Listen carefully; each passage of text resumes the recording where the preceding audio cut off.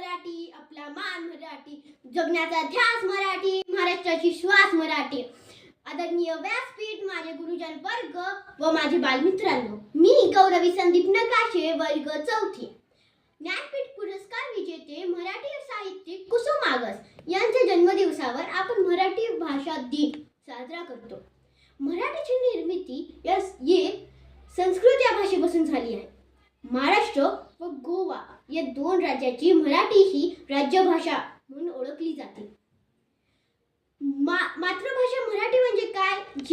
जी भाषा आपल्या कानावर लहानपणापासून पडत आली. प्रत्येकाचं जीवन या 3 गोष्टीवर अवलंबून असतं: माता, मातृभूमी व मातृभाषा. माता म्हणजे जी आपल्याला जन्म देते, मातृभूमी म्हणजे ज्यावर आपण लहानाचे मोठे झालो आहोत, व मातृभाषा म्हणजे जी आपल्याला संस्काराचे बालकडू पाजत आहे. पण आपण कितपत मुलांना संस्कार देतो? पण अरे, आपण स्वतःच्या आई वडिलांना फसवत आहोत. मी जेवतो पण द्या मोबाईल, मी तुमचं सगळं ऐकतो पण द्या मोबाईल. अरे, तुम्ही ह्या वयात ऑनलाईन गेम्स खेळतात, त्याच वयात ज्ञानेश्वर महाराजांनी ज्ञानेश्वरी लिहिली होती. ज्ञानेश्वर महाराज लिहितात, मराठीची बोलू कौतुकी, परी अमृताचे पैजाशी जिंके. या शब्दात माझ्या मराठीची थोरवी गायली होती. APJ अब्दुल कलाम म्हणतात, मुलांना लहानपणापासूनच त्यांच्या मातृभाषेत शिक्षण दिले पाहिजे.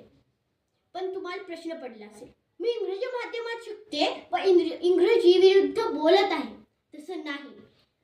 इंग्रजी हे ज्ञानाचा खजिना आहे व माझी मराठी म्हणजे जी ज्ञानाचा व संस्काराचा संगम आहे.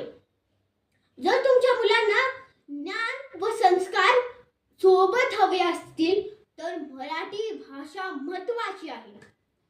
पण मला कधी कधी प्रश्न पडतो, तुम्हाला मराठी चार चौघात मराठी बोलायची लाज का वाटते? अरे, छत्रपती शिवाजी महाराजांनी कधीही मराठी बोलण्याची लाज बाळगली नाही. उलट त्यांनी आपल्या मराठी भाषेला राज्यकोश मध्ये आणलं. संत तुकाराम, संत ज्ञानदेव, संत असे अनेक संतांनी, महात्म्यांनी आपल्या मराठीची थोरवी गायली आहे. कलाकार दादा कोंडके यांच्या मराठी भाषेमुळे तर वेगळाच हास्य उत्पन्न होतो. बस, मला आजच्या मराठी दिन इतकेच आपणास सांगायचे आहे. मराठी भाषेचा संस्कार, मराठी बोलण्याची कधी लाज वाटून घेऊ नका.